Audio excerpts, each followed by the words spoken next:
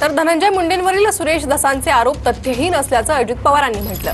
डीपीडीसीचा निधी नियमाप्रमाणेच खर्च केला असं दादांनी स्पष्टीकरण दिलंय। दरम्यान धनंजय मुंडे पालकमंत्री असताना परळी आणि अंबाजोगाईत काम न करता बिलं उचलण्यात आली असा आरोप सुरेश धस यांनी केला होता। धसांच्या चौकशीच्या मागणीनंतर समिती स्थापन करण्यात आली होती।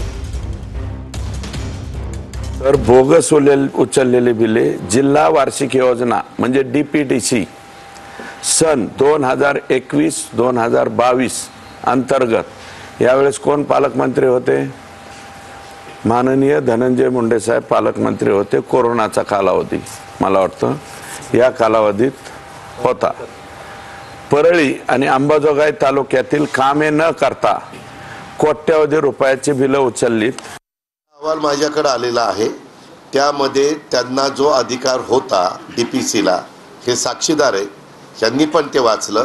त्या पद्धतीनं जिल्हाधिकाऱ्यांनी इलेक्शनच्या आधी ज्या मान्यता दिल्या होत्या, आमचा जीआरच आहे का तोच होता, त्यामुळे त्यांनी ते दाखवलं आणि तो तशा पद्धतीनं तो खर्च त्यांनी त्या ठिकाणी केलेला आहे। तत्कालीन पालकमंत्र्यांवर त्या संदर्भात आरोप केले गेले होते, मग त्या आरोपात काही तथ्य आढळलं? ह्यामध्ये तथ्य आढळलेलं नाही।